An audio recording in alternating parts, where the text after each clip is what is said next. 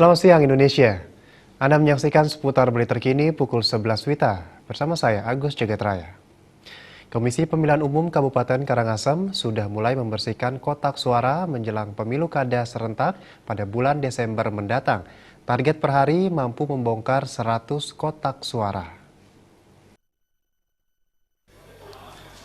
Ketua KPU Karangasem Adi Arnawo mengatakan setidaknya hampir 1.000 kotak suara harus dibuka dan dibersihkan untuk persiapan pemilihan Bupati dan calon Wakil Bupati Karangasem pada tanggal 9 Desember mendatang.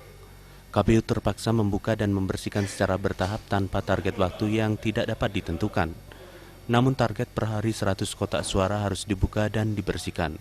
Untuk mengefektifkan pembersihan kotak suara, pihaknya akan memindahkan terlebih dahulu kotak suara menuju gor dan dalam proses pembersihannya, pihaknya juga akan mengencangkan baut bagian bawah kotak suara agar aman dan tidak jebol karena surat suara penuh seperti yang terjadi pada periode lalu.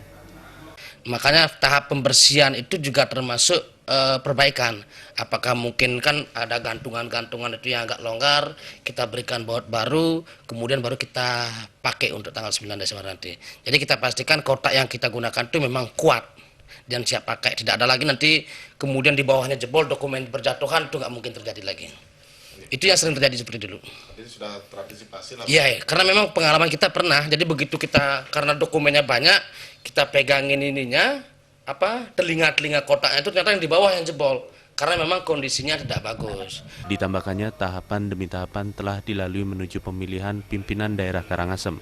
Untuk itu diharapkan masing-masing paslon agar mentaati peraturan yang ada dan masyarakat dituntut cerdas mengawal pemilu kada Desember mendatang. Jaya dan Indra Wijaya, Bali TV. Pemirsa, demikian seputar berita terkini kali ini. Terima kasih atas perhatian Anda. Selamat siang Indonesia.